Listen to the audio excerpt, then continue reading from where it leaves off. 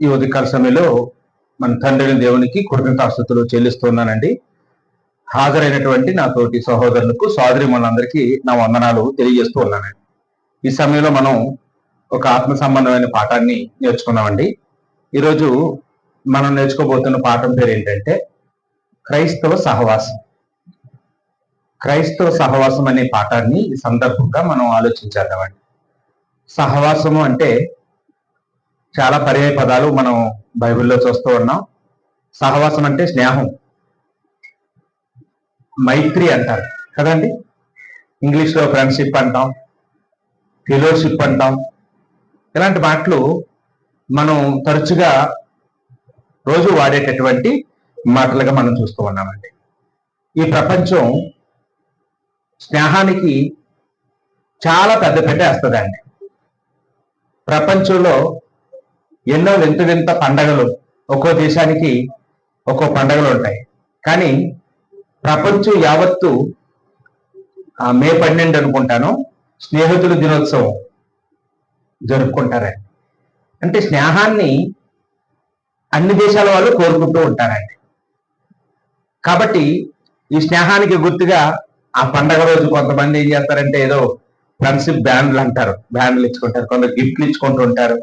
ఏమండి, ప్రపంచంలో ఎంతో మంది గొప్ప గొప్ప మహనీయులు స్నేహితుల గురించి ఎన్నో గొప్ప మాటలు చెప్పారండి.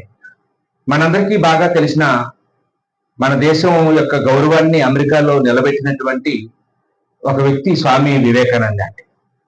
ఆయన స్నేహం గురించి ఒక మాట అన్నారండి. ఆయన ఏమన్నారంటే, శత్రువు ఒక్కడున్నా ఎక్కువే, స్నేహితులు 100 మంది ఉన్నా తక్కువే అని. అర్థమైందమ్మా? శత్రువు ఒక్కడే ఉన్నాడు అనుకో అని సింపుల్ గా తీసుకోకు, ఆ ఒక్కడు ఉన్నా కానీ ఎక్కువే అది. స్నేహితులు 100 మందే ఉన్నారని రిలాక్స్ అవ్వదు. 100 మంది ఉన్నా చాలు అనుకోకు, అది 100 మంది ఉన్నా ఇంకా తక్కువే, ఇంకా ఎక్కువ మందిని సంపాదించు అని. ఆ మాటలో ఎంతో గొప్ప అర్థం ఉందండి. అలాగే మన జాతిపిత మహాత్మా గాంధీ గారు కూడా ఎవరు నిజమైన స్నేహితుడు అంటే ఇచ్చింది మర్చిపోయి పుచ్చుకున్నది గుర్తుంచుకున్నవాడు నిజమైన స్నేహితుడు అని. చాలా సందర్భాల్లో ఏం చేస్తారండి, మనం ఏదైనా ఇచ్చామనుకోండి, ఆ ఇచ్చింది మాత్రం పచ్చాన్ని చెప్తూ ఉంటాం. పుచ్చుకుని ఎన్నో పుచ్చుకుంటాం, అవి మర్చిపోతుంటాం. ఇచ్చిందే గుర్తుంటుంది. ఇచ్చింది మర్చిపోయి పుచ్చుకున్నది గుర్తుంచుకున్నవాడు నిజమైన స్నేహితుడని గాంధీగా చెప్పారండి. అలాగే మరొక మహనీయుడు మార్టిన్ లోదర్ అనే ఆయన ఏం చెప్పారంటే, చెడ్డ స్నేహితుడి కంటే స్నేహితులు లేకుండా ఉండడం మంచిది అన్నాడు. చెడ్డ స్నేహితులు ఉండడం కంటే అసలు స్నేహితులు లేకుండా ఉండడమే గొప్పది అని స్నేహం గురించి మాట్లాడారు. బెంజమిన్ ఫ్రాంక్లిన్ అనే ఆయన బైబిల్ని ఆధారం చేసుకొని ఒక మాట చెప్పాడండి. ఏంటంటే, నీ తప్పులను, నీ లోపాలను నీ ముందు ఉంచేవాడే నీ నిజమైన స్నేహితుడు అని. చాలా మంది ఇతరుల తప్పులు, ఇతరుల లోపాలు పట్టుకొచ్చి మనకు చెప్తుంటారు. వాళ్ళు నిజమైన స్నేహితులు కాదు. మన తప్పుల్ని, మన లోపాలని మనకి తెలియజేసే వాళ్ళే నిజమైన స్నేహితులు అండి. మనల్ని పొగిడే వాళ్ళు మన స్నేహితులు కాదు, మన అభిమానులు కాదు. మన లోపాలు మనకు తెలియచేసి మనల్ని మంచి మార్గంలో పెట్టాలనుకున్న వాళ్ళే నిజమైన స్నేహితులు. ఏమండి, ఇలాగా లోకంలో ఎంతో మంది మహనీయులు స్నేహితుల గురించి, స్నేహం గురించి ఎన్నో గొప్ప గొప్ప మాటలు మాట్లాడారు. ఏమండి, వాటిని చాలా మంది స్మరించుకుంటూ ఉంటారండి.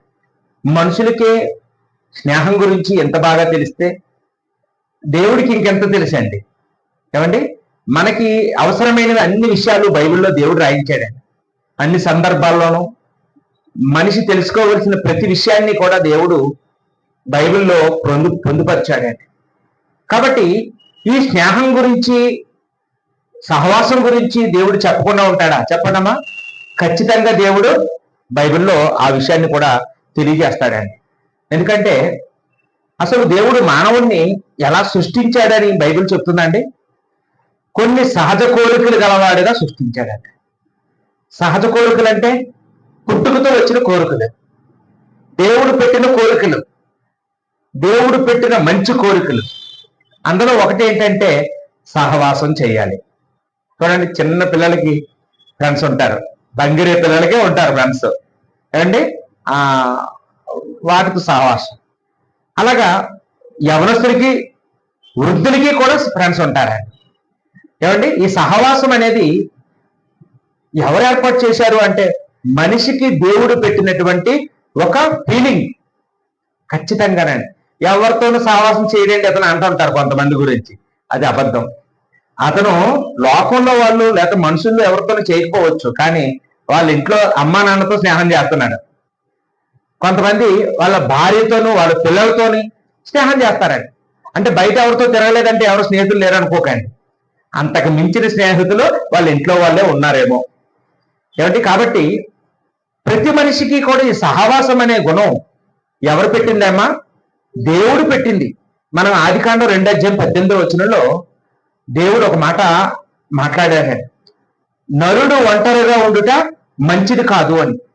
అంటే అప్పటికే ఆదాముకి ఈ భూమి మీద చాలా జంతువులు ఉన్నాయి, చాలా పక్షులు ఉన్నాయి.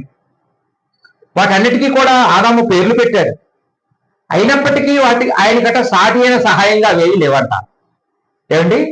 అంటే మనిషి వేటితో సహవాసం చెయ్యకూడదు లేదా వేటితో సహవాసం చెయ్యాలని దేవుడు చెప్తున్నాడు? మొక్కలతోని, కుక్కలతోని ఏమండి, ఈ పులులతోని, ఈ జంతువులతోని కాదండి. మనం ఫ్రెండ్షిప్ చేయవలసింది ఎవరితోనండి?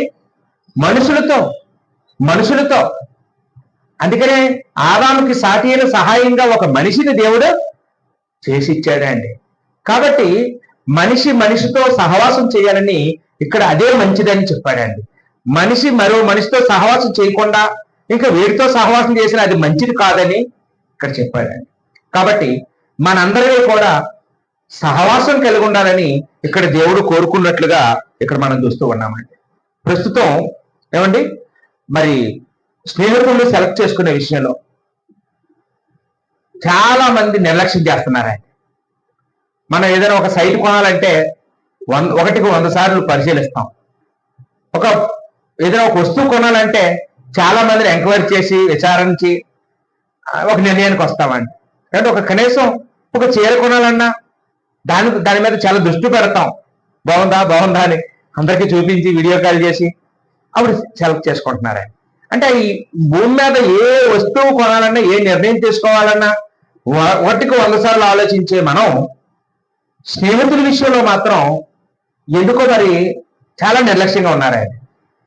ఇప్పుడు మరీనండి, ఈ సెల్ ఫోన్ వచ్చిన తర్వాత ఎవరో ముఖం తెలియని వ్యక్తి మన సెల్కి హాయ్ అని పెట్టాడు అనుకోండి, మనం కూడా హాయ్ అని తిరిగి పెడుతున్నాం.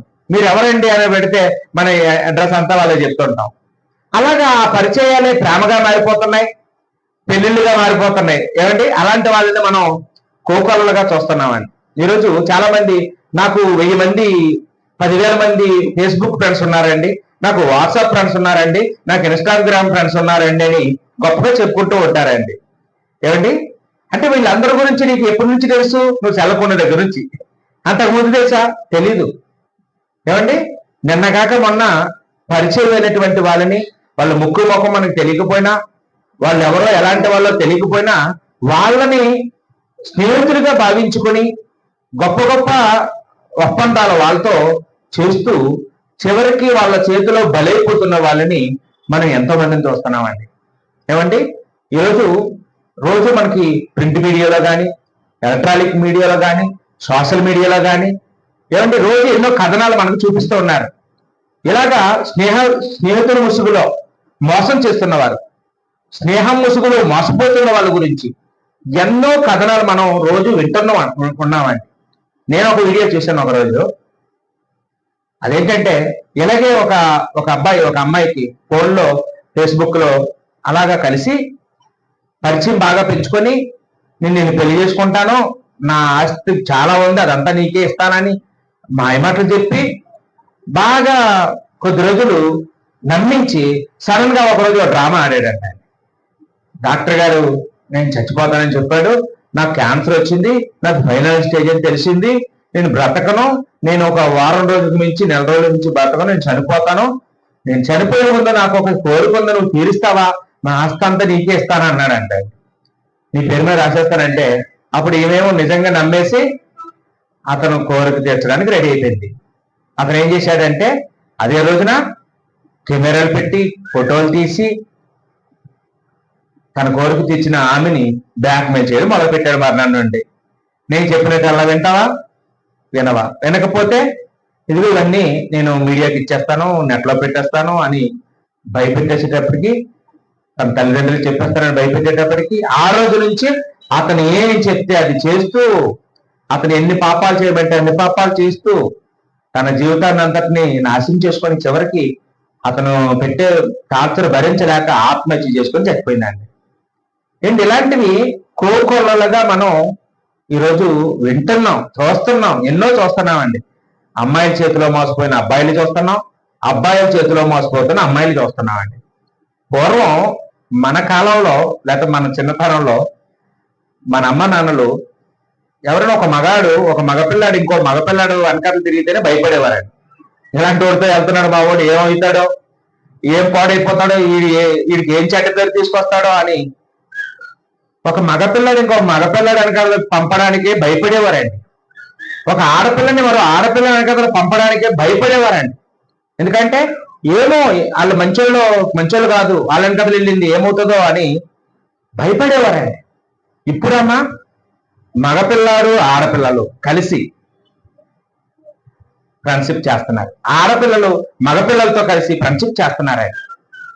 ఇదేంట్రా అంటే ఏమంటాడండి, గర్ల్ ఫ్రెండ్ నాన్న అంటాడు అతను, బాయ్ ఫ్రెండ్ మమ్మీ అంటది ఆవిడ. ఈరోజు ఇది ఒక ఫ్యాషన్ అయిపోయిందండి. మీరు మరి సబ్బవరం దగ్గర ఒక కాలేజీ ఉంటుందండి, అది లా కాలేజ్. అక్కడ చూస్తేనండి డే అండ్ నైట్ అండి ఇద్దరిద్దరు తిరుగుతూ ఉంటారు రోడ్డు మీద. మళ్ళీ కాలేజీకి 2 కిలోమీటర్ల దూరం వరకు నడుచుకొని వచ్చేస్తుంటారు. అలాగా ఇద్దరి చేతిలోనూ సిగరెట్లు ఉంటాయి, ఇద్దరి చేతిలోనూ బీరు బాటిళ్ళు ఉంటాయి. ఏంటి భయంకరమైన దృశ్యాలు మనం చూస్తుంటామండి. వాళ్ళు చూస్తే ఏంటి ఇది సహవాసం, అమ్మాయిలు కాదు, అమ్మాయిలు అబ్బాయిలతో, అబ్బాయిలు అమ్మాయిలతో. ఏమండి ఈరోజు ఆ సహవాసం వల్ల వాళ్ళ భవిష్యత్తు ఏమైపోతుందో, వాళ్ళు ఎంత నాశనం అయిపోతారో వాళ్ళకి ఎవరైనా చెప్పినా ఇప్పుడు అర్థం చేసుకునే పొజిషన్లో లేరండి వాళ్ళు. కానీ దేవుడు మనకి ఈ సహవాస ప్రభావం గురించి ఎన్నో మాటలు తన గ్రంథంలో దేవుడు మనకి తెలియచేశాడండి. చూడండి, మనకి దేవుని యొక్క గ్రంథంలో మనం చూసినప్పుడు ఎన్నో మాటలు మనం చూస్తూ ఉన్నాం. 1 కొరింథీ పత్రికలో 15వ అధ్యాయము 33వ వచనంలో ఒక హెచ్చరికను అపోస్తలుడైన పౌలు కొరింథీయులకు చెప్పాడండి. మోసపోకుడి అంటే స్నేహం ముసుగులో మోసపోకుడి అని చెప్తున్నాడండి. మోసపోకుడి, దుష్ట సాంగత్యము మంచి నడవడికనే చేరుపును. నువ్వు మంచివాడివే కావచ్చు, కానీ దుష్టులతో సహవాసం చేస్తే నువ్వు కూడా దుష్టుడివి అయిపోతావు అని. ఇంగ్లీష్లో ఒక సామెత ఉంటుందండి, నీ ఫ్రెండ్ ఎవరో చెప్పు, నువ్వెవరో నేను చెప్తాను అని. అంటే మనం చెడ్డవాళ్ళతో సహవాసం చేస్తే మనం కూడా ఏమైపోతామండి, చెడిపోతాం. లేదు నేనే మంచిని నేర్పేస్తాను అనుకుంటాం మనం. అవకాశం లేదండి. మంచివాడు చెడ్డవాళ్ళతో తిరిగితే ఎవరి ప్రభావం ఎవరి మీద ఎక్కువ పడుతుందని బైబిల్ చెప్తుందండి. చెడ్డవాళ్ళ ప్రభావమే మంచి వాళ్ళ మీద పడిపోద్ది. మంచి వాళ్ళ ప్రభావం చెడ్డవాళ్ళ మీద పడే అవకాశం చాలా తక్కువ అండి, చాలా తక్కువ. ఉదాహరణకి యేసుప్రభు వెనకాతల 12 మంది శిష్యులు ఉన్నారండి. యేసుప్రభు ప్రభావం యోధా మీద పడిందా అండి? యోధాని యేసుప్రభు మార్చుకోగలిగారా? మార్చుకోలేకపోయారండి. యేసుప్రభువే మార్చుకోలేకపోయారండి. ఓ చెడ్డవాడిని మంచివాడిగా యేసుప్రభువే మార్చుకోలేకపోయారు. అపోస్తలుడు పౌలు ఎంత మంచివాడండి. అపోస్తలుడు పౌలుకి ఎంతమంది స్నేహితులు ఉన్నారు? యేసుప్రభుకి అయితే 12 మందే, కానీ పౌలుకి వందల్లో ఉంటారండి స్నేహితులు. ఎక్కడికి వెళ్ళినా పౌలుకి మొట్టమొదటిగా బర్నబా మంచి స్నేహితుడిగా కనపడతాడు, తర్వాత శీల, తర్వాత తిమోతి, ఆ తర్వాత మనకి చాలా మంది ఏంటి ఎపఫ్రోదితు, అకుల, ప్రిస్కిల్లా, అపోల్లో, ఇలాగా ఎంతో మంది కనపడతారండి పౌలు గారికి స్నేహితులుగా, మంచి స్నేహితులుగా కనపడతారు.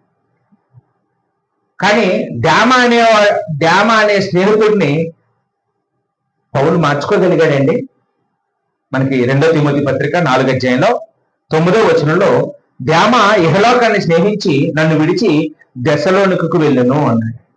అంటే అపోస్తలుడు పౌలు కూడా ఒక చెడ్డవాడిని మంచివాడిగా మార్చడానికి ప్రయత్నం చేసి ఉంటాడమ్మా.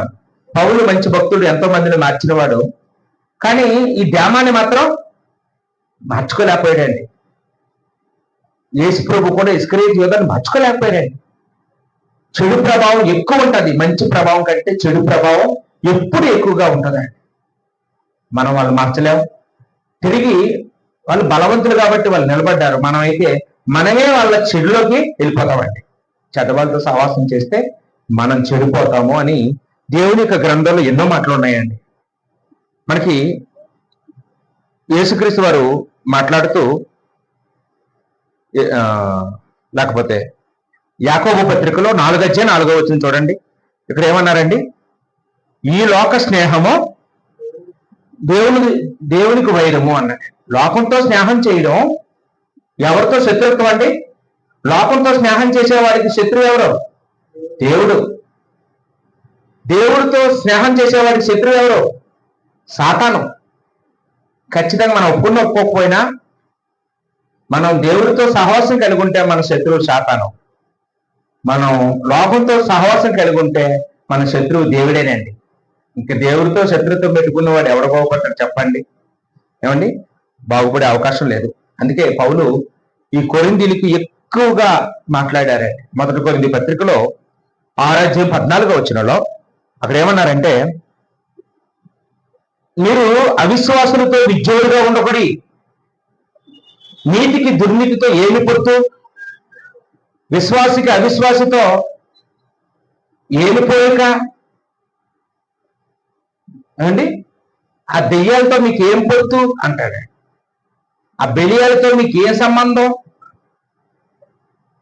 అక్కడ కొరింథీయుల పరిస్థితి ఏంటంటే వాళ్ళు దుష్టులతో సావాసం చేయడం మొదలుపెట్టారు. కాబట్టి వాళ్ళు జాగ్రత్తం చేస్తున్నారు, కలహాలు ఆడుకుంటున్నారు. వాళ్ళకు వచ్చిన ప్రతి సమస్యకి కారణం ఏంటంటే దుష్ట సహవాసమేనా? చెడ్డ వాళ్ళతో స్నేహం చేయడం వల్లే. పౌలతో స్నేహం చేయడం మానేసి, లేదా మంచి వాళ్ళతో సహవాసం చేయడం మానేసి చెడ్డ వాళ్ళతో సహవాసం చేయడం మొదలు పెట్టారు. వాళ్ళందరూ చెడిపోయారు. కాబట్టి అక్కడ పౌలు వాళ్ళని గద్దించినట్టుగా ఆ మాటలతో మనం చూస్తూ ఉన్నామండి. నిజంగానే చెడ్డ సహవాసం మంచి నడవడికని పాడు చేస్తుందా అంటే ముమ్మాటికి పాడు చేస్తుందండి. బైబిల్లో అలాగా స్నేహం ముసుగులో మోసపోయి తమ ప్రాణాలు కోల్పోయిన వాళ్ళని ఎంతో మందిని దేవుడు తన గ్రంథంలో మనకి బుద్ధి బోధ కలగడానికి రాయించాడు. ఈ సమయంలో అలాంటి కొంతమంది గురించి మనం ఆలోచించేద్దామండి. ముందుగా 16:1-6 మనం చూసినప్పుడు ఇక్కడ కోరాహు అనే ఒక వ్యక్తి కనపడుతున్నాడు.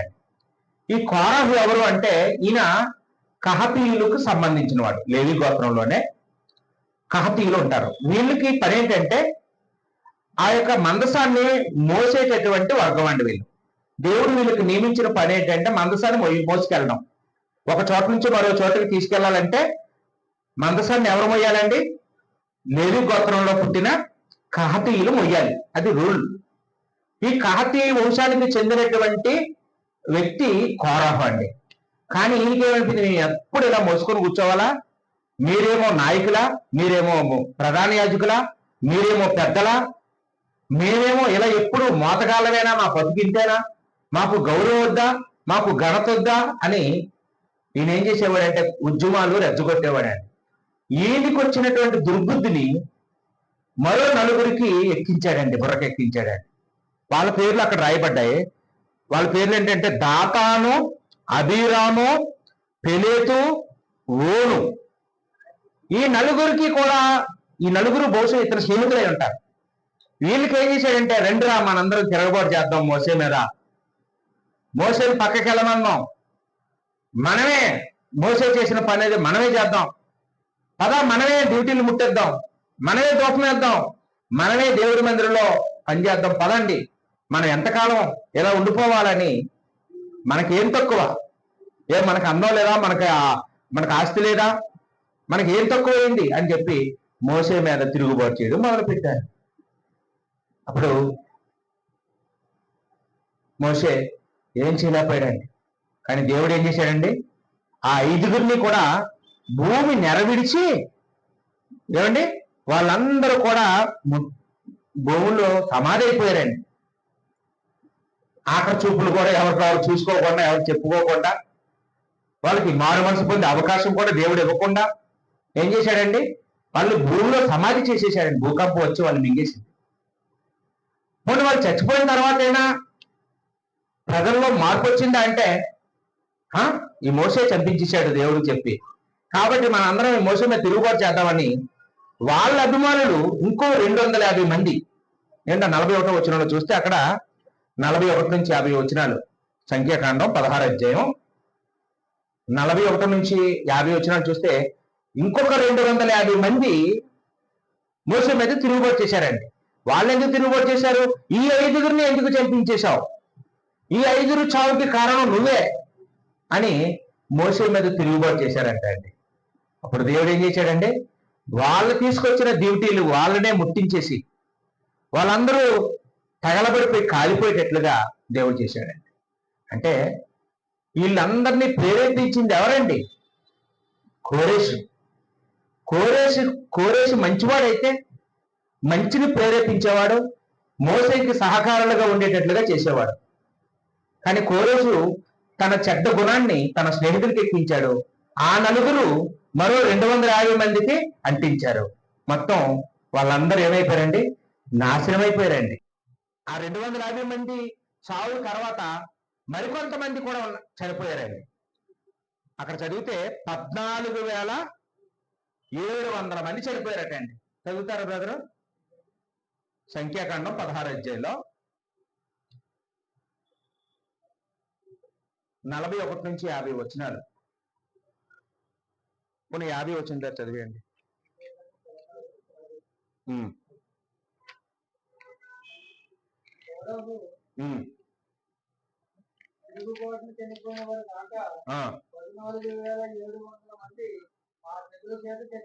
అమ్మా ఎంతమంది అమ్మా? 14,700 మంది. భూమిలో మింగవేయబడిన వాళ్ళేమో 5గురు, అగ్నితో కాల్చివేయబడిన వాళ్ళేమో 250 మంది, తెగులు చేత చంపబడిన వారేమో 14,700 మంది.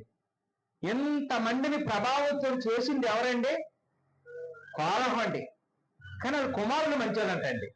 కోరహు చేసిన పాపంలో వాళ్ళ కుమారులు వాళ్ళు దూరం అయిపోయారు ఆయనకి. మేము రాము, మీతో రామని.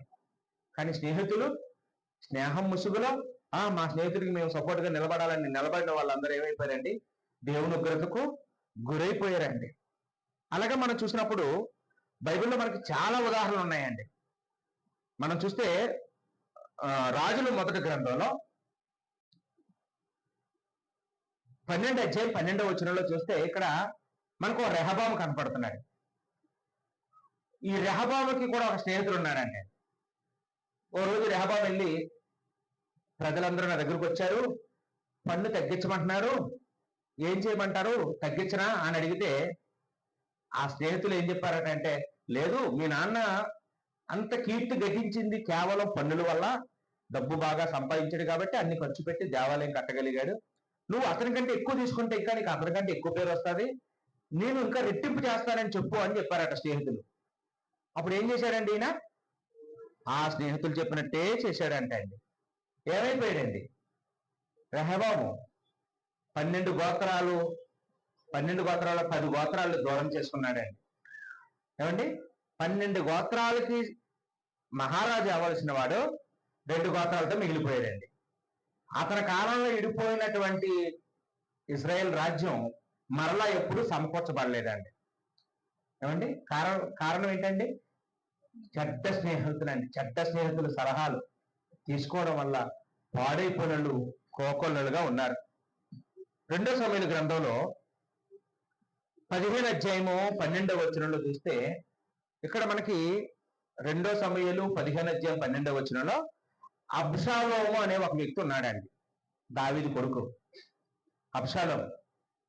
ఈయన తన అన్నను చంపేసిన భయంతో దావీదు ఎక్కడ తనను చంపేస్తాడని ఎక్కడో దాక్కుని ఉండేవాడండి. అలాంటి ఆయన దగ్గరికి ఆయన స్నేహితుడు వెళ్ళాడంట, అహీతోపేలు అనే స్నేహితుడు. ఈ అహీతోపేలు అనే స్నేహితుడు దావీదికి బంధువే, కానీ దావీది మీద ఉన్న ద్వేషంతో తన కొడుకు దగ్గరికి వెళ్ళి, దావీదు కొడుకు దగ్గరికి వెళ్ళి, నువ్వు ఎంతకాలం ఎలా దాక్కుంటావు, నువ్వు మీ నాన్నని చంపే, అప్పుడు నువ్వే రాజు అవుతావు. నువ్వు ఇలా భయపడి తిరిగితే నిన్నెవరు పట్టించుకోరు. నువ్వు మీ నాన్న మీద తిరుగుబాటు చేసావనుకో, అప్పుడు మీ నాన్న భయపడతాడు, అప్పుడు ఆ రాజ్యం నీదవుతుంది, ప్రజలు కూడా నీకు భయపడతారని చెడ్డ సలహా చెప్పాడండి. ఇతని మాటలు ఆలకించి ఏం చేశాడమ్మా, అబ్షాలోము తండ్రిని చంపడానికి తయారయ్యాడండి. చంపగలిగాడా దావీదుని? చంపలేకపోయాడు. దావీదు అతన్ని ఎక్కడ చంపాల్సి వస్తుందోనని దూరంగా పారిపోతే, ఈ గాడిదెళ్ళి ఒక మస్తకి వృక్షం కింద వెళ్ళి ఆ జుత్తు ఆ ముళ్ళులకి చుక్కుపడిపోయి అతను గాలిలో ఏలాడుతున్న టైంలో యోవాబు వచ్చి అతను తల నరికేశాడండి. దావీదు చంపొద్దన్నా చంపేశాడండి. ఏమిటి, ఇతను చక్కగా 100 ఏళ్ళు బ్రతకవలసిన వాడు, యవ్వనస్తుడు, తండ్రి చనిపోతే చేతులతో సమాధి చేయవలసిన వాడు, తండ్రి చేత సమాధి చేయించుకున్నాడండి. పరిస్థితి ఏంటమ్మా, ఎందుకు వచ్చింది ఆ పరిస్థితి? ఎందుకు అలా అర్ధాయుసులో చచ్చిపోయాడు? చెడ్డ స్నేహితుల సలహాలు వినడం వల్ల అండి. చెడ్డ స్నేహితులు ఏమండి, మనకి కూడా మన దగ్గరికి వస్తారు అలాంటి వాళ్ళు. అత్త దగ్గరికి వచ్చి కోళ్ళ మీద, కోళ్ళ దగ్గరికి వచ్చి అత్త మీద చెప్పేవాళ్ళు ఎవరండి? చెడ్డ స్నేహితులండి.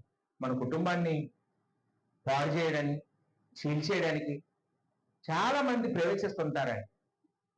వాళ్ళు మన క్షేమం కోరేవాళ్ళు కాదు. అలాంటి వాళ్ళ మాటలు వినకూడదు, వాళ్ళని అసలు మన ఇంటికి రానివ్వకూడదండి. అలాంటి వాళ్ళ స్వభావం తెలుసుకొని వాళ్ళు కట్ చేసుకోవాలి ఏమండి.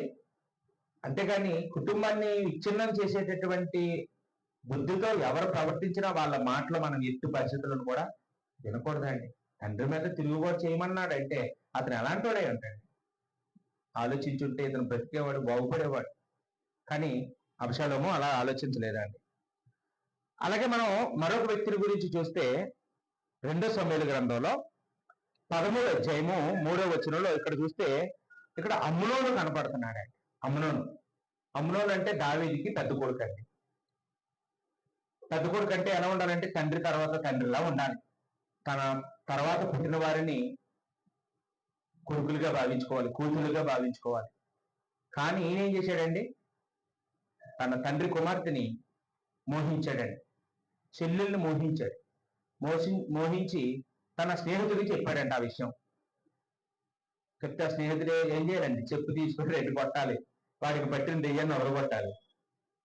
కానీ ఆ స్నేహితుడు ఏం చేశాడంట, ఇదేముంది 5 నిమిషాల పని, నేను చెప్తాను, నేను చెప్పినట్టు చేయి, నేను ఐడియా ఇస్తానని, నీకు జబ్బు చేసిందని మీ నాన్నకి చెప్పు, నీకు ఏం తినాలని ఉందో చెప్తే అది తెస్తాను అంటే. ఆ కాలంలో మనలాగా ప్రతిదానికి మందులు వేసుకునేవారు కాదంటే అండి. ఏదైనా అనారోగ్యం వస్తే ఏది తినాలనుకుంటే తినితే పోయేదంట అండి. అందుకని దావీదు ఏమంటాడంటే, నీకు ఏం కావాలో చెప్పు, నువ్వేం తినాలని చెప్పు అంటే, నాకు మా చెల్లెల చేతితో వంట చేయించుకొని తినాలని ఉందని చెప్పాడంట. అంతే కదా, పంపిస్తానులే అని దావీదు పంపిస్తే ఆ తామార్ అనే చెల్లిని ఏం చేశాడంటే అతను అనుభవించి ఆమెను అపవిత్రం చేసి పాడేశాడు. దావీదు ఏం చేయలేకపోయాడు. ఆమెకి ఒక అన్నయ్య ఉన్నాడు, ఆయన కూడా ఏం చేయలేదండి. కొంతకాలం అంతా మర్చిపోయిన తర్వాత ఒకరోజు గొర్రెలు బొచ్చు కత్తిరిస్తున్నానని, విందు చేస్తున్నానని ఈ అన్నయ్యని విందుకు పిలిచి బాగా ద్రాక్షరసం తాగించి అతను మత్తుడిగా ఉన్నప్పుడు అతన్ని చంపించేశాడండి. ఏమయ్యాడండి అమ్నోను? ఏమయ్యాడమ్మా, యవన కాలంలో తమ్ముడి చేతిలోనే చచ్చాడండి. ఎందుకు చచ్చాడు అమ్నోను?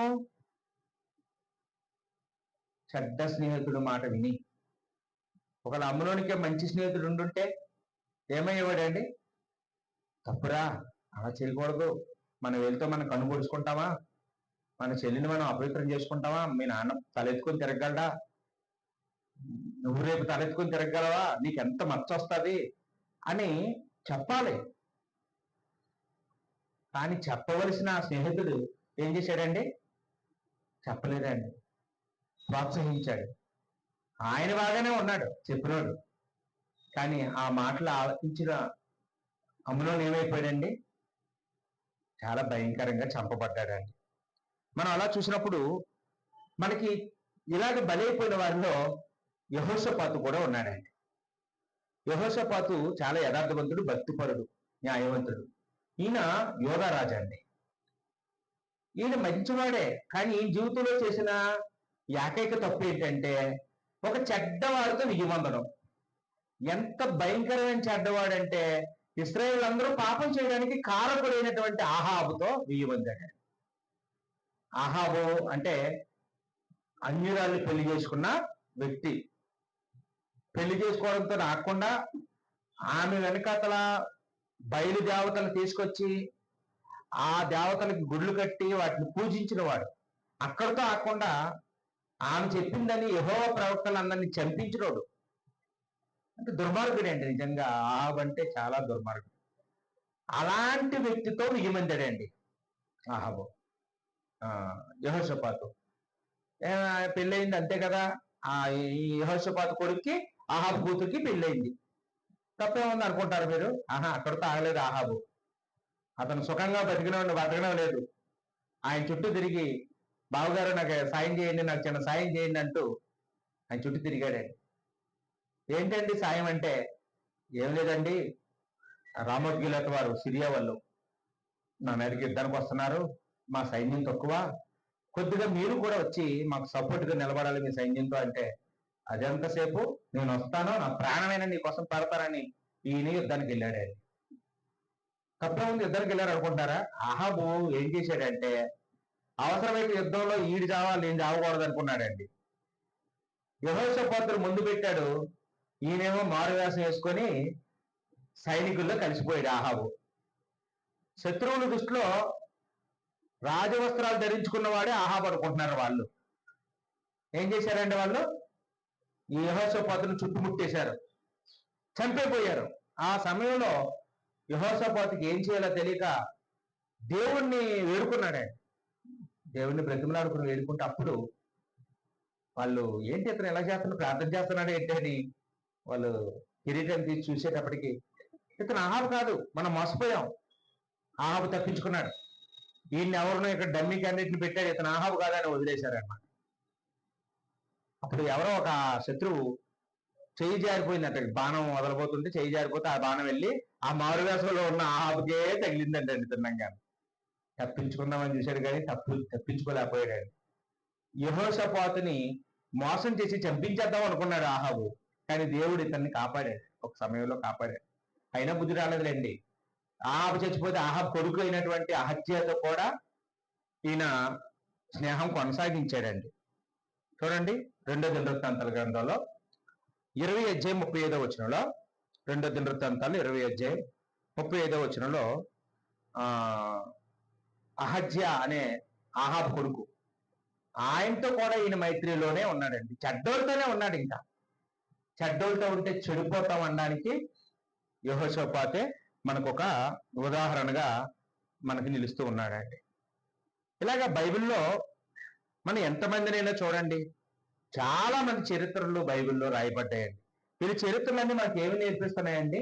దుష్ట సహవాసము మంచి నడవడికని చెరిపేస్తుంది. పాపం భయంకరంగా ఉంది, మనం పాడైపోతామండి. కాబట్టి మనం ఇప్పుడు ఎవరితో సహవాసం చేయాలి? ఎవరితో సహవాసం చేయాలి? ఎవరిని స్నేహితుడిగా సెలెక్ట్ చేసుకోవాలి అని మనం ఆలోచన చేస్తే మనకి పాత నిబంధనలో దావీదు అనే భక్తుడు మనకి ఒక ఐడియా ఇస్తున్నాడు. ఒకసారి చూద్దామా? 119వ కీర్తన 63వ మనం ఎవరితో సహవాసం చేయాలో దావీదు మనకి నేర్పిస్తూ ఉన్నాడు. ఆయన ఎవరితో సహవాసం చేస్తాడో చెప్తున్నాడండి. 119వ కీర్తన 63వ నీ యందు భయభక్తులు గల వారందరికీ, నీ ఉపదేశములను అనుసరించే వారందరికీ నేను చెలికాడను. దావీదుకి ఎవరండి స్నేహితులు? దావీదు ఎవరికండి స్నేహితుడు? 2 అర్హతలు చూస్తాడట దావీదు. దావీదు ఎవరితోనే స్నేహం చేయాలంటే 2 అర్హతలు చూస్తాడు. మొదటి అర్హత ఏంటంటే నీ యందు భయభక్తులు వచ్చాలి. అందరూ ఇశ్రాయేలు అందరూ స్నేహితులు కాదు, దేవాలయానికి వెళ్ళేళ్ళందరూ స్నేహితులు కాదు దావీదుకి. ఎవరి స్నేహితులు? దేవుని యందు భయభక్తులు కలిగిన వాడే నా స్నేహితుడు. ఏమండి? రెండో అర్హత ఏంటండి? నీ ఉపదేశములను అనుసరించువారు. అంటే నీ ఉపదేశాలు వినేవారు అనలేదు, మీరు ఆలోచించండి. నీ ఉపదేశాలు బోధించేవాళ్ళు అనటం లేదు, అనుసరించేవాళ్ళు. ఏది తెలియదమ్మా? చెప్పడమా, వినడమా, అనుసరించడమా? అమ్మా, చెప్పడం ఎవరైనా చెప్పగలం, వినడం అంటే ఇంకా మరీనండి చాలా తేలిక. ఏమండి? వినేవాళ్ళు గొప్పోళ్ళు కాదు, చెప్పేవాళ్ళు అంతకంటే గొప్పోళ్ళు కాదు, గైకునే వాళ్ళే గొప్పోళ్ళండి. ఇలాంటి మాట మనకి ప్రకటన గ్రంథంలో కనపడుతుంది, 1వ అధ్యాయంలో 1వ వచనం. ఏమండి? నీ వాక్యము ఈ ధర్మశాస్త్రం మందు రాయబడిన మాటలు వినువారును ఏమన్నా అక్కడ చూడండి ఆ మాట ఏమో.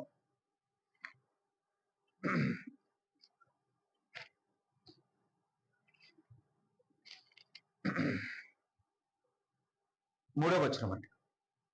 సమయము సమీపించినది గనుక ఈ ప్రవచన వాక్యములు చదువువాడును వాటిని విని ఇందులో వ్రాయబడిన సంగతులను గైకొన్న వాడును ధన్యుడు.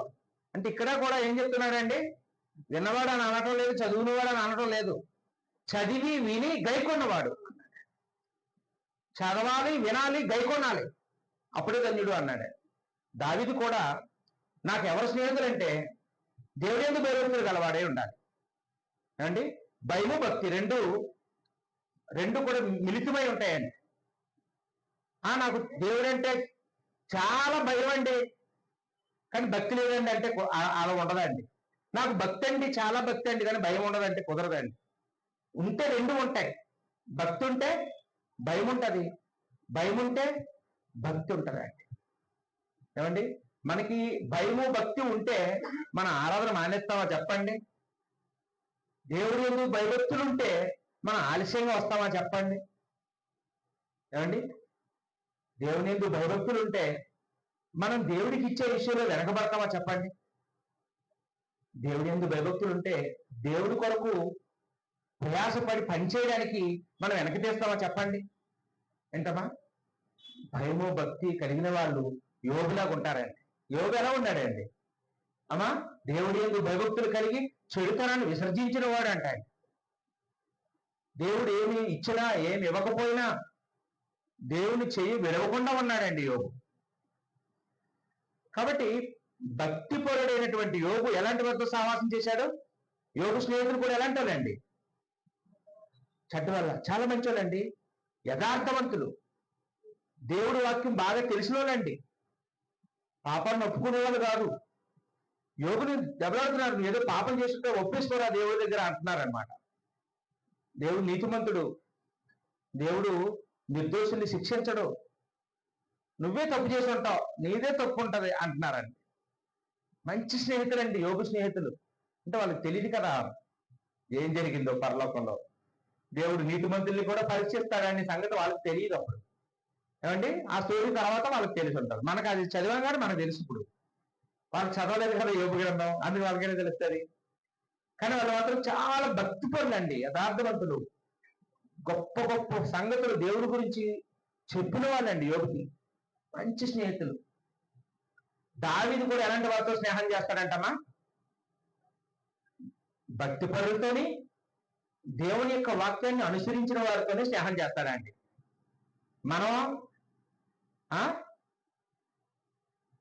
మనం ఎవరితో స్నేహం చేస్తాం తెలుసా అండి? బాగా డబ్బున్న వాళ్ళతోని, లేదా బాగా అందగత్తరు, లేదా అందమున్న వాళ్ళతోని, పెద్ద క్యాస్ట్ ఉండాలి, లేదా మన క్యాస్ట్ అయితే మన క్యాస్ట్ వాళ్ళతో సహవాసం చేస్తాం. మన సాటి పనివాడైతే మన సాటి ఉద్యోగితో మనం సహవాసం చేస్తుంటాం. ఏమండి? బాగా తెలివైనడైతే తెలివైనడితో సహవాసం చేస్తుంటాం, ఐడియాలు ఇస్తాడని. దావీదు మాత్రం సహవాసం చేయాలంటే 2 అర్హతలు చూస్తాడంట. భక్తిపరుడు అయి ఉండాలి, దేవుడి వాక్యాన్ని గైకున్నవాడై ఉండాలి. అతడే నాకు మిత్రుడు, నేనే అతనికి మిత్రుడిని. దావీదు అలాంటి వారితో సహవాసం చేశాడనడానికి ఆధారం ఏంటమ్మా? దావీదుకు ఒక స్నేహితుడు మనకు కనపడుతున్నాడు, యోనాతాన్ అండి. యోనాతాన్ ఎవరమ్మా? సౌలు కొడుకు, సౌలు కుమారుడు. సౌలు చనిపోతే సౌలు తర్వాత చక్రవర్తి అవ్వాల్సిన యువరాజు అండి. సౌలు రిటైర్ అయితే ఈయన రాజు. అలాంటి హోదాలో ఉన్నవాడు ఒక గొర్రెల కాపరితో స్నేహం చేశాడండి. యోనాతాను దావీదుని స్నేహం చేయడం చిన్న విషయం కాదండి. దావీదు యోనాతానుతో స్నేహం చేశాడంటే అది అది గొప్ప సంగతి ఏం కాదు, ఎవడైనా చేస్తాడు. కానీ యోనాతాను దిగొచ్చి దావీదుతో చేయడం అనేది మెరాకిల్ అండి నిజంగా. ఏమంటే మన మన మండలంలో మన ఎమ్మెల్యే గారు మనలాంటి సామాన్యులతో ఫ్రెండ్షిప్ చేస్తారా? చేయరు కదండి. ముఖ్యమంత్రి గారు మనంత వాళ్ళతో సహవాసం చేస్తారా? ప్రధానమంత్రి వచ్చి చేస్తాడా? ప్రధానమంత్రి కొడుకు వచ్చి చేస్తే ఎంత అద్భుతమో. ఆ రోజు సౌలు కుమారుడైన యోనాతాను దావీదుతో సహవాసం చేశాడనేది కూడా అంత ఆశ్చర్యం అండి. ఏం చూసి చేశాడమ్మా యోనాతాను దావీదులో? భక్తి, దేవుని పట్ల ఆయనకున్న భయం, దేవుని పట్ల ఆయనకున్న విశ్వాసం, దేవుని వాక్యాన్ని ఆయన గైకునే తీరి, ఇవన్నీ చూసి ఆశ్చర్యపోయాడండి. నాకు ఆయనలో ఆయన కళ్ళ ముందున్నటువంటి అధికారం, సింహాసనం, ఇవన్నీ ఆయన స్నేహం ముందు బలాదురైపోయాయండి. నాకు ఇవేం అక్కర్లేదు, నాకు దావీదుతో స్నేహం ఉంటే చాలు, ఇలాంటి స్నేహితుడు నాకు ఉంటే చాలు అని వాళ్ళిద్దరు కలిసిపోయారంట. వాళ్ళు ఎంత కలిసిపోయారో మొదటి సమూయేలు గ్రంథంలో 18వ అధ్యాయం 1వ వచనంలో రాయబడిందండి. మొదటి సమూయేలు 18వ అధ్యాయం 1వ వచనంలో యోనాతాను హృదయము దావీదు హృదయముతో కలిసిపోయెను. యోనాతాను హృదయము దావీదు హృదయంతో కలిసిపోయిందంటండి. మనకి భార్యాభర్తల గురించి మాట్లాడుతుంటారు ఇలాంటి మాటలు. ఏమండి? వారికి ఇద్దరు కాక ఏక శరీరమై ఉందురు అని. ఇక్కడ శరీరాలు కాదు కలిసింది, హృదయాలు కలిసిపోయాయి అంటండి. రెండు హృదయాలు ఒకటైపోయాయి అంటండి. మనుషులు కలవడం చాలా తేలిక, మనసులు కలవడం చాలా కష్టం. ఏమండి? మనుషులుగా కలిసి ఉంటున్నాం మనం కూడా చాలా మందితో, మనసులు వేరువేరుగా ఉంటాయి. కానీ ఇక్కడ వీళ్ళు భార్యాభర్తల కంటే గొప్ప ప్రేమ అండి యోనాతాన్ది దావీద్ది. వాళ్ళు ఎంత అన్యోన్యంగా ఉన్నారంటే వాళ్ళు హృదయాలట ఒకరి హృదయంతో మరొకరు హృదయం కలిసిపోయింది. ఒకరికి ఏది ఇష్టమో అదే వాళ్ళకి ఇష్టం. వాళ్ళు ఏం చేస్తారు, వీళ్ళు అది చేస్తారు. వాళ్ళకి ఇష్టం లేదు, వీళ్ళు మానేసుకుంటారు. ఇది ఎంత ప్రేమ అండి. 2వ సమూయేలు 1:26లోను స్త్రీలు చూపించే ప్రేమ కంటే, అంటే ఇది ఈ సందర్భం ఏంటంటే యోనాతాను చనిపోయాడు. అప్పుడు దుఃఖంతో ఈయన కీర్తన రాశాడండి. అప్పుడు మాట్లాడిన కవిత్వం అండి అది. ఏమండి? కాబట్టి ఇక్కడ మనం ఆలోచన చేసినప్పుడు దావీదు పాత నిబంధన కాలానికి చెందినవాడేనండి. ఈరోజు మనం క్రైస్తవులు, మనకి దావీదు రోడ్డు మాటలు కాదు, దావీదు క్రైస్తవుడు కాదు, దావీదు మాటలు మనం వినకూడదు అని ఒకవేళ కొంతమంది అనుకోవచ్చు. దావీదు చెప్పింది మనం చేయొద్దులేండి, మనం బుద్ధి బోధ కలగడానికే ఇవన్నీ రాయబడ్డాయి, వాటిని మనం చదువుకున్నాం. మనం ఇప్పుడు ఎవరి మాట వినాలి? యేసుప్రభు మాట వినాలి కదండి. ఇప్పుడు మనం ఎవరితో స్నేహం చేయాలి? యేసుప్రభుతోనే. మనకి 1 యోహాను పత్రిక 1:3 ఏం చెప్తుందంటే మన సహవాసం అయితే తండ్రితోనూ ఆయన కుమారుడితో కూడా ఉన్నది అన్నాడు. ఏమండి? కాబట్టి మనం దేవుడితో సహవాసం చేయాలి, యేసుప్రభుతో సహవాసం చేయాలని అక్కడ రాయించాడండి దేవుడు. అదేవిధంగా మనం చూసినప్పుడు 1 కొరింథీ పత్రిక 1:9 1 కొరింథీ 1:9 ఏమన్నాడండి? యేసుక్రీస్తుని తన కుమారుని సహవాసమునకు మిమ్ముని పిలిచిన దేవుడు నమ్మదగిన వాడు. దేవుడు మనల్ని ఎందుకు పిలిచాడు అన్యజనుల నుండి సంఘంలోకి అంటే తన కుమారునితో సహవాసం చేయడానికి, తన కుమారునితో సహవాసం చేయడానికి దేవుడు కోరుతున్నాడండి. ఇప్పుడు మనందరం యేసుతో సహవాసం చేయాలండి. అమ్మా, మనందరినీ గుండె మీద చేసుకొని నేను యేసుతో సహవాసం చేస్తున్నానా అని ఒకసారి స్వపరీక్ష చేసుకుంటే మనకు అర్థమైపోద్దండి. యేసుక్రీస్తు వారు తనతో సహవాసం చేయాలంటే ఒక కండిషన్ పెట్టారండి. ఆ కండిషన్ ఎలాగుందో ఒకసారి చూద్దామండి. యోహాను సువార్త 15వ అధ్యాయము 13వ వచనం. యోహాను సువార్త 15 అధ్యాయం 13 చదువుతారు బ్రదరు. యోహాను సువార్త 15:13. మీకు నేను ఆజ్ఞాపించిన వాటిని మీరు చేస్తే మీరు నా స్నేహితులు, లేకపోతే కాదు అన్నాడు ఆయన. అండి నేను మీకు ఆజ్ఞాపించినవి మీరు చేస్తేనే. దావీదు ఏం చెప్పాడండి? నీ ఉపదేశాలను అనుసరించేవారే నా స్నేహితులు అన్నాడు ఆయన. యేసు ప్రభువు ఏం చెప్పారండి? అదే చెప్పారు. అక్కడ ఉపదేశాలు అన్నారు, ఇక్కడ ఆజ్ఞలు అన్నారు. అక్కడ అనుసరించాలన్నారు, ఇక్కడ చెయ్యాలి అన్నాడు. రెండో ఒకటే అమ్మా. పాత నిబంధనలో దావీదు చెప్పినా, క్రొత్త నిబంధనలో దావీదు కుమారుడని యేసు ప్రభువు చెప్పినా స్నేహం గురించి ఒకటే చెప్పారు. ఎవరితో స్నేహం చేయాలంటే మనం దైవభక్తి కలిగి, దైవభయం కలిగి, దేవుని యొక్క వాక్యానుసారంగా బ్రతుకుతున్న వారితోనే సహవాసం చేయాలండి. ఏమండి? చర్చికి వచ్చిన వాళ్ళందరితో కాదు. చర్చికి వచ్చిన వాళ్ళందరూ క్రైస్తువులు కాదు. ఏమండి? ప్రభువా పిలిచిన వాళ్ళందరూ పరలోకం వెళ్ళరు. వాక్యం చెప్తున్నంత మాత్రం నేను వెళ్ళను.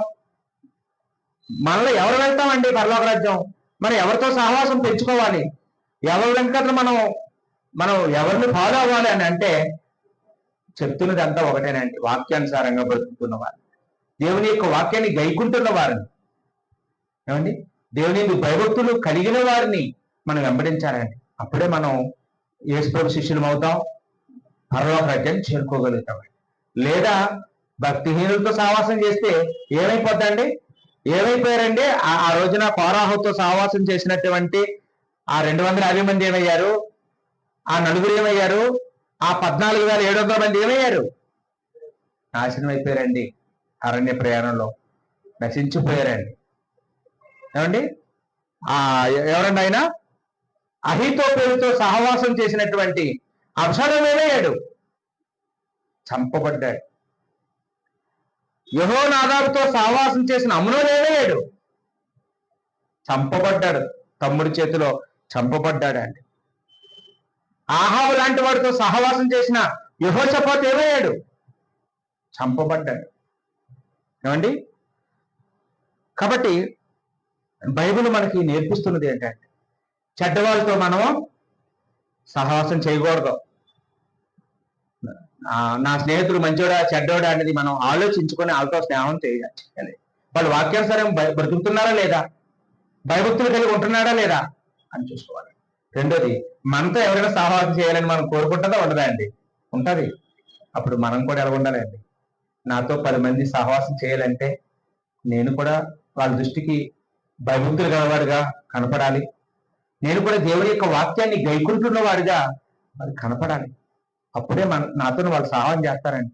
నాతో ఎవరో సహవాసం చేయరని బాధపడితే ఎవరు సహవాసం చేయరు, జాలిపడి.